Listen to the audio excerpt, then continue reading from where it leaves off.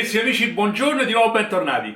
Il video di oggi, che sarà anche un video piuttosto breve, è su un tutorial, ovvero la pasta frolla al cacao, che potete utilizzare per crostate o per biscotti. E infatti nel prossimo video lo vedrete proprio in questo utilizzo. E allora, vediamoci la ricetta, io vi aspetto prossimamente e se per caso è la prima volta che mi vieni a trovare, ricorda di iscriverti qui sotto e cliccare la campanella, così verrai avvertito sulle prossime ricette. Buona giornata a tutti e ci vediamo alla prossima. Bacioni!